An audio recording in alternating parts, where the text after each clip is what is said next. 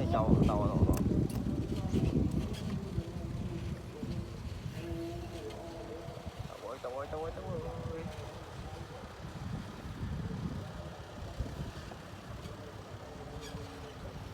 Trời ơi.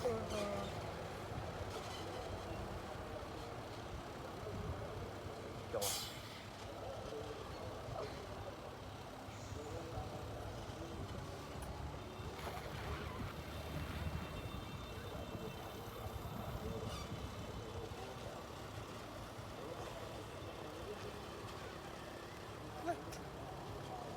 Trông ngon.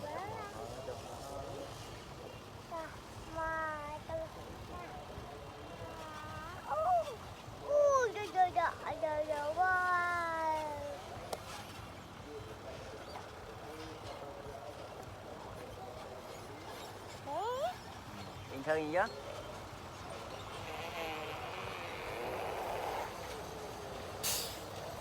Hoàn toàn lợi.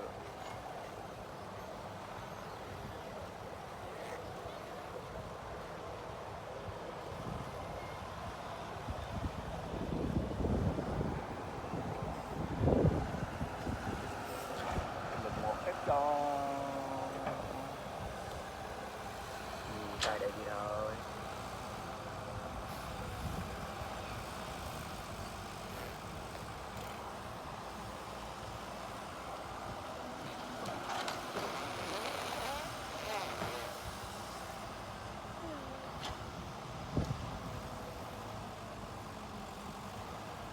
Con cứ à cứ Ở đi đâu kìa. Wow. đi ra.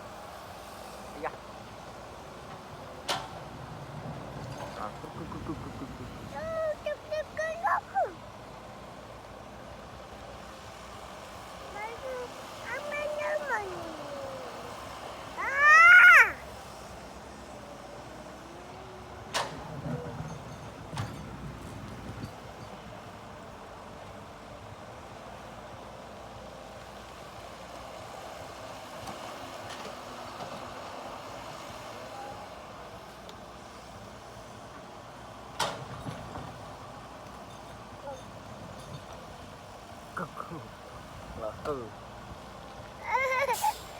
Cha, ơi chị cha. Cha, cha xin chị cha.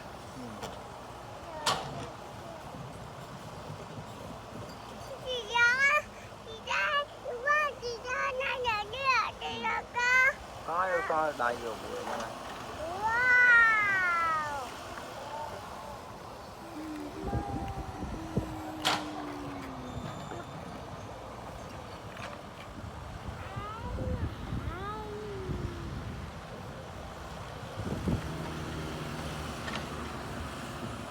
Rồi bay nha.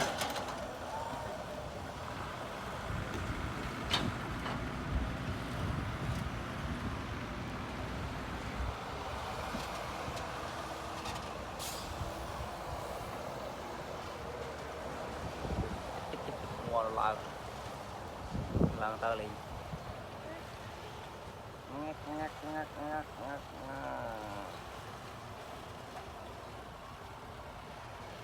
Quá chụp bay ngay vậy.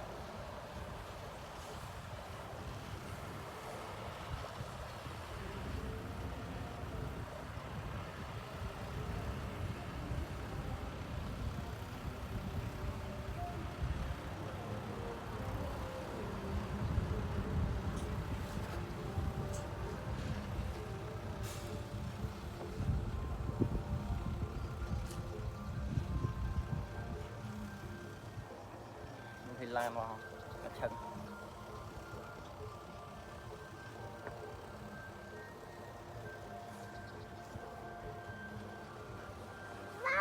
Hả? Nó đi rồi bây giờ.